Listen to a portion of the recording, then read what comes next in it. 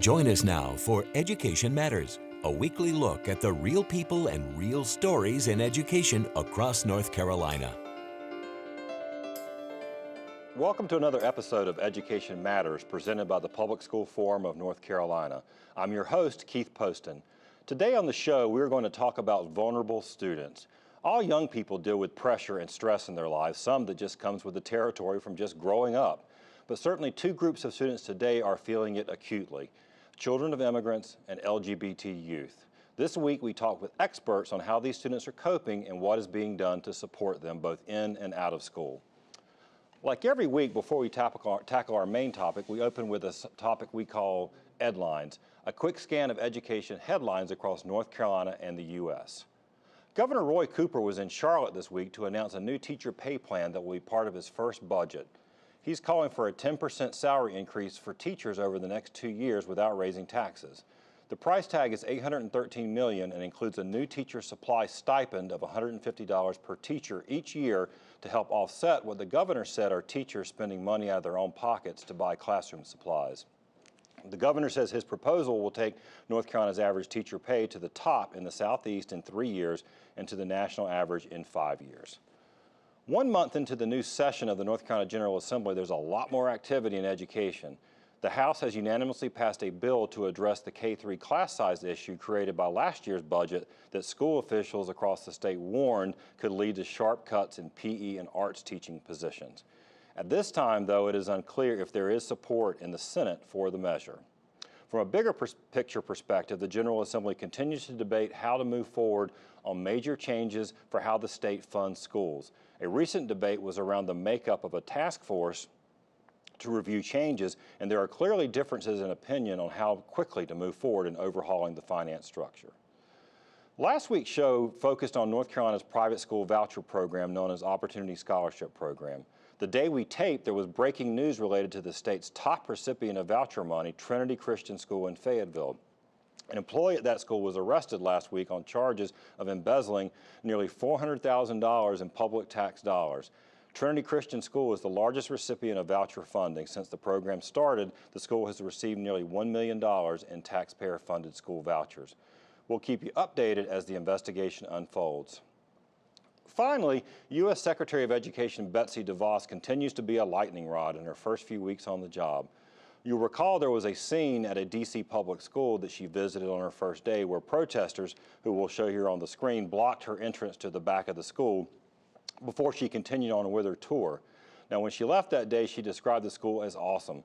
But last week, in an interview with a conservative publication, Town Hall, she seemed less impressed, saying the teachers at Jefferson Middle School seem to be in receive mode and were waiting to be told what they have to do.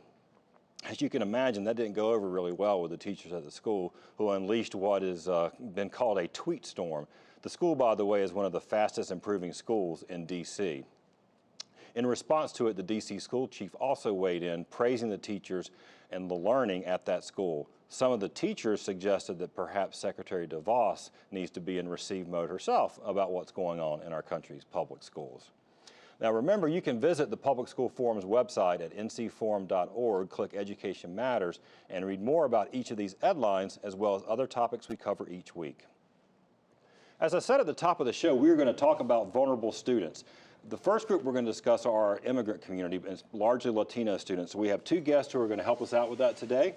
We have Eleazar Posada. Eleazar is the youth coordinator with El Centro Hispano.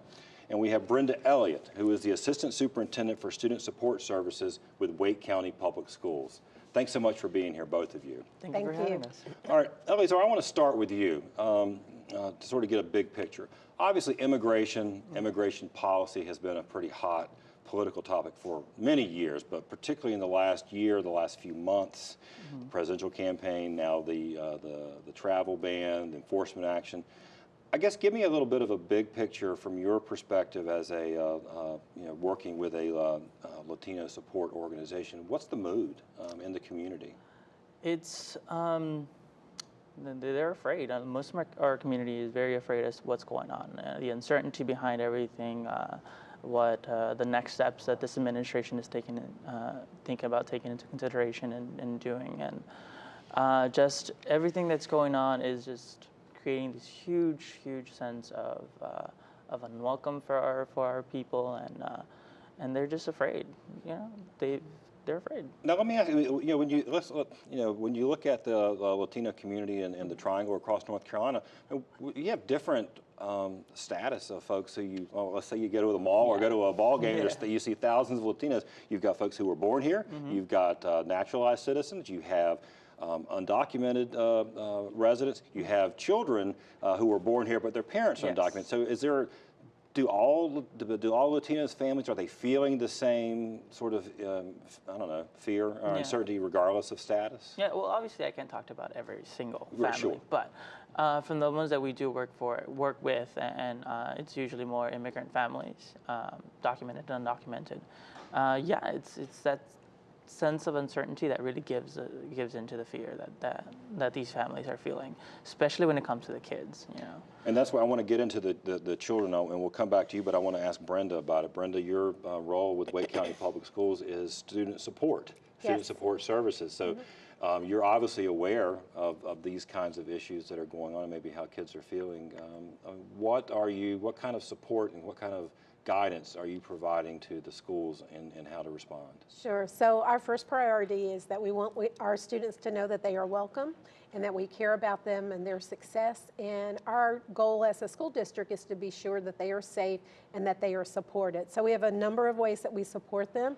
One way is through our school counselors, our school social workers, and school psychologists. We provide classroom counseling, group counseling, as well as individual counseling and support.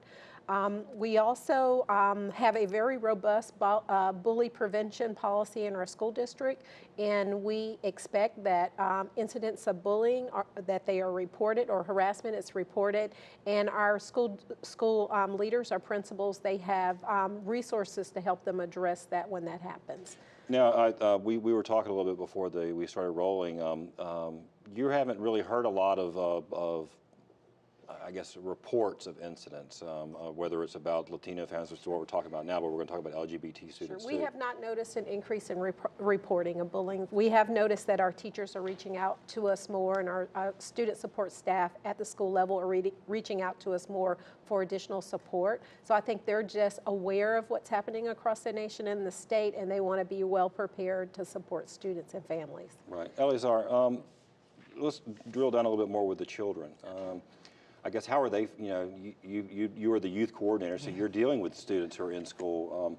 What are they what's going through their minds right now, and then sort of how does that play out with their parents? Yeah. Well, with the students, it's a mixture.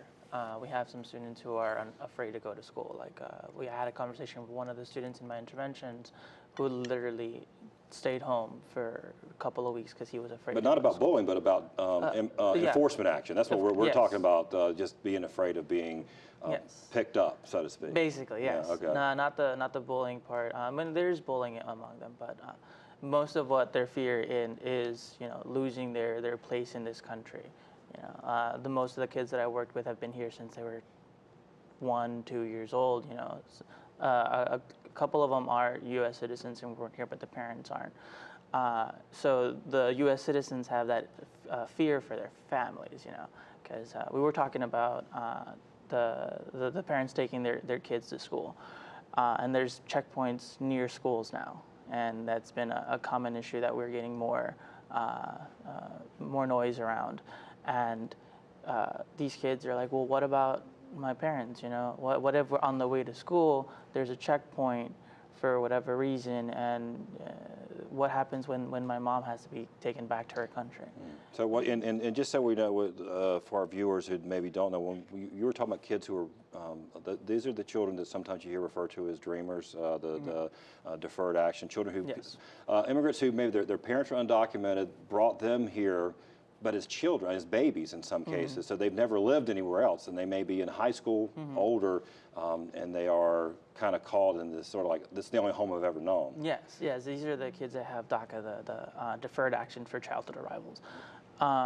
But even them, even the DACA recipients, we heard from the memo just yesterday that DACA recipients are not going to be looked at into this new priority of immigration, but Even in past administrations, DACA recipients have been put under, deportation processes. So DACA does give them a little bit of security in one sense, but at the same time, it's not a get out of deportation free card. You know. Final word from you, Brenda. What else can we be doing, I guess, as the community, but also in the schools to make these children who are dealing with these stresses feel safer? Sure. So one of the things that we're doing in the school district is to really focus on cultural proficiency for our teachers and cultural competency, to welcome conversations around diversity and allow space for young people to ask questions and share their unique experiences. So most of us here are immigrants. So dialogue is a good thing. And it's always a good thing, right? That's right. Well, I appreciate you both. There's a lot of issues here. We have to get you to come back so we can drill down a little bit more. But we're going to have to go to our break. And when we come back, we're going to continue our discussion of vulnerable students by focusing on LGBT youth. But first, as we go to break, see if you can answer this question.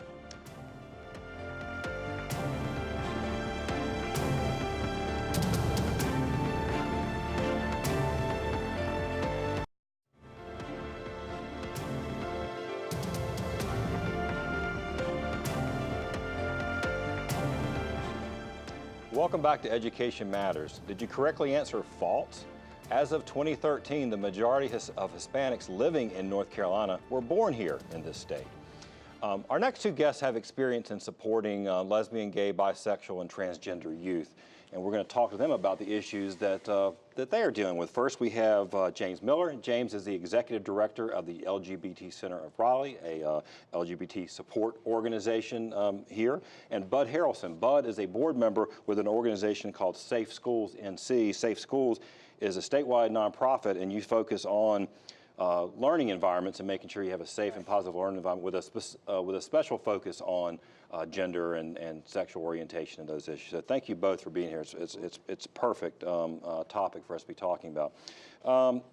In the first segment we talked about children of immigrants, and the reason why we sort of bring in these two groups of students together because there's so much political swirl going on around these issues, and LGBT certainly. James, in your role with the center, what are you hearing from I guess the LGBT community, but specifically young people in terms of how they're feeling about things? Absolutely. I do believe that here in Wake County we are in a small bubble. We are very well protected in many cases. Your last guest did very well to say that there are great policies in place for Wake County, but we can still do better. A lot of our youth are still knowing that they have different risk factors in many different situations. We know that they need these pieces and this help. However, they are amazing youth and they are incredibly resilient. So one of the pieces we've focused on with the LGBT Center is to empower them to make those changes for themselves. So on the ground right now, I would say LGBT individuals are doing very well, but it is also very important that we split out sexual orientation from gender identity. Yeah, and I want to get into that. And we were talking before. I mean, certainly things have changed since I was in school, since you were in school. I mean, it is. I mean, from a societal perspective, homosexuality is more sort of accepted in popular culture. I have a teenage daughter. I mean, certainly their generation, they're much more comfortable with these issues, but it doesn't mean that there still aren't prejudices and bias and stress. Kids who are maybe dealing with their friends are cool, but their parents aren't, right? I think it's really interesting to say that society has progressed very quickly, more quickly so in queer issues than probably any other, disenfranchised group, I would say. But understanding, yes, there is a cultural divide, and youth cannot be just put into one silo because they live in many different situations, many different cultures. Like your last guest, we can have a queer immigrant who's undocumented. That exists. The intersectionality between your identity is important. So I would say absolutely right now we have seen just a whirlwind effect of acceptance, but that doesn't translate into older populations. It doesn't translate to individuals that might not live in an urban area. It's just how it is right now, and we're working on it. Bud, your organization that you're representing focuses on schools. Right. So what's, I guess, what are you trying to do? And sort of give me your take on sort of the state of I don't know, acceptance and support within our public schools?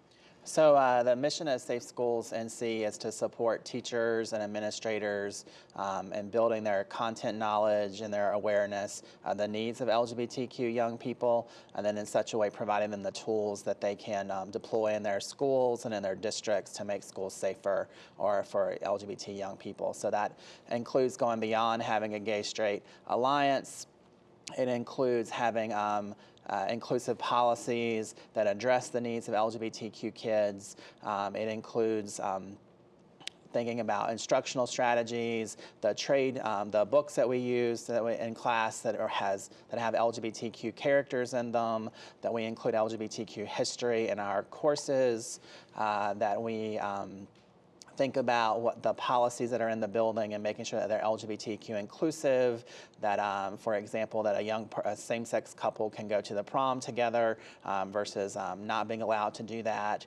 But at the forefront at the moment is the policies that need to be in place to support our transgender right. young We were talking people. about, and there's definitely a distinction, and James sort of alluded to it, between gay, lesbian, bisexual students and transgender students in terms of where we are. Right. Mm-hmm.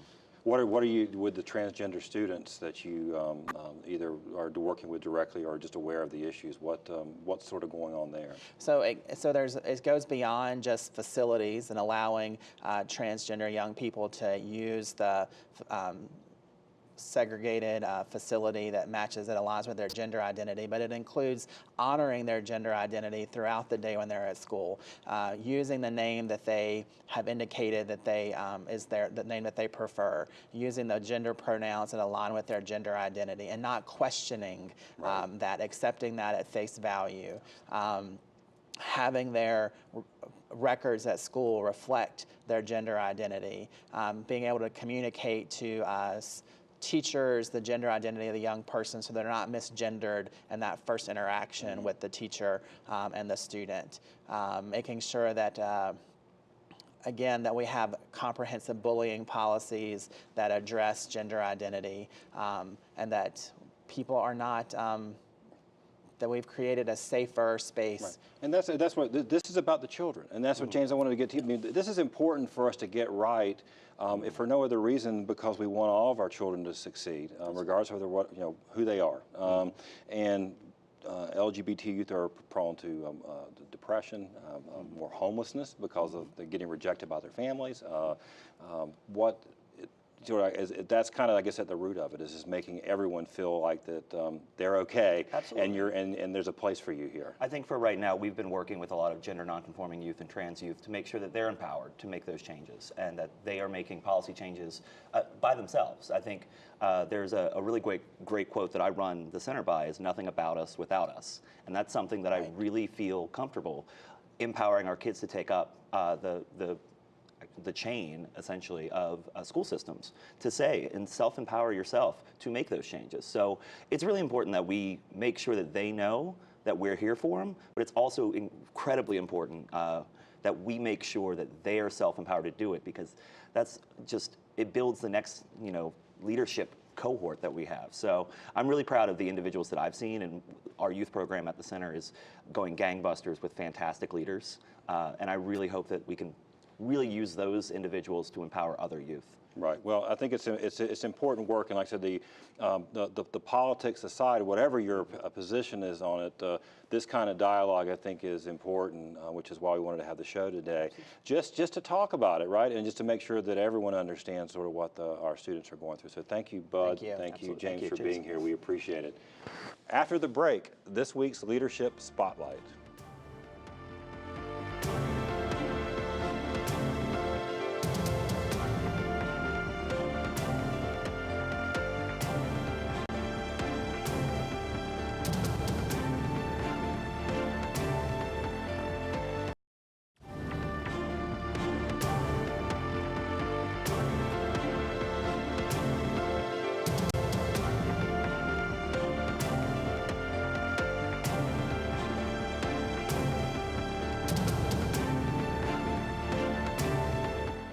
week, Education Matters spotlights individuals demonstrating exceptional leadership in education in North Carolina based on nominations from you, our viewers. This week, we spotlight Jenna Warren, a counselor at Hilburn Academy in Raleigh.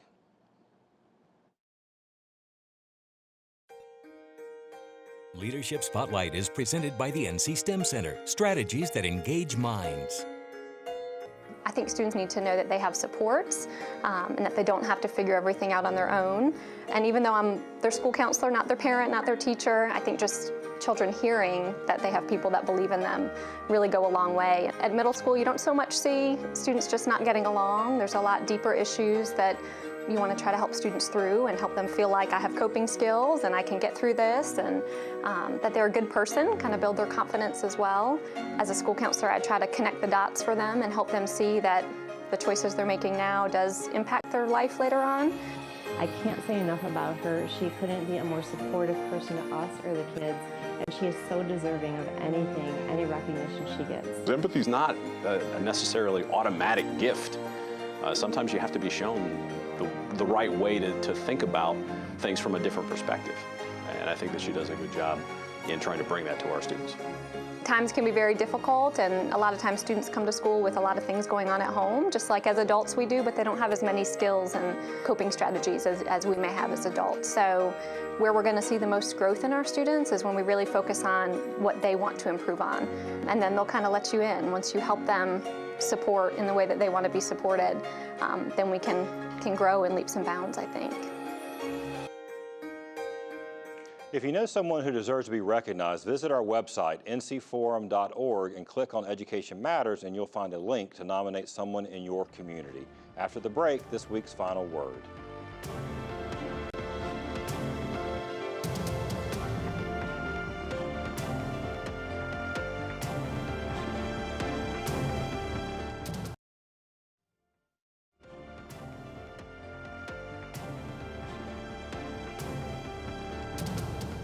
When I put this episode together, I wanted it to be about our children, not about politics or policy. I suspect many of our viewers have differing views on immigration, what the laws should be, and how they should be enforced.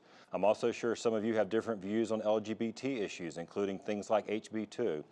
I think it's safe to say many of us of a certain age and older are learning a lot from our children, or maybe our grandchildren, and trying to absorb all the changes going on around us. But I hope today's show and guests made you think about the impact these various policy debates and actual policy implementation has on children. Today across North Carolina, we have parents afraid to take their children to school because they fear it might trigger some kind of enforcement action from immigration authorities. We have children who hear rumors and actual news stories about children having a parent taken away and deported, even if this is the only home these kids have ever known. Do your children worry when they leave for school that you might not be there when they get home?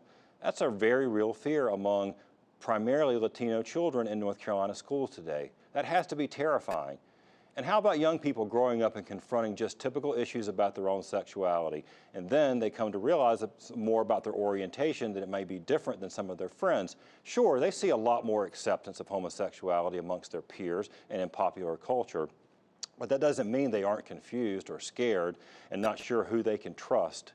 Did you know that even though LGBT youth represent an estimated 7% of the total youth population, this group represents about 40% of all young people experiencing homelessness.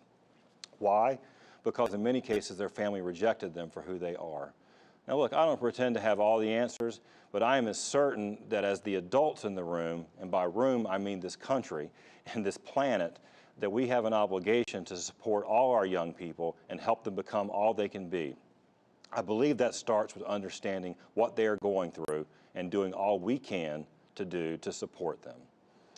That's it for this week's Education Matters. Next week, we're going to look at how our state is preparing the next generation of school leaders. Thanks for watching, and we'll see you next week.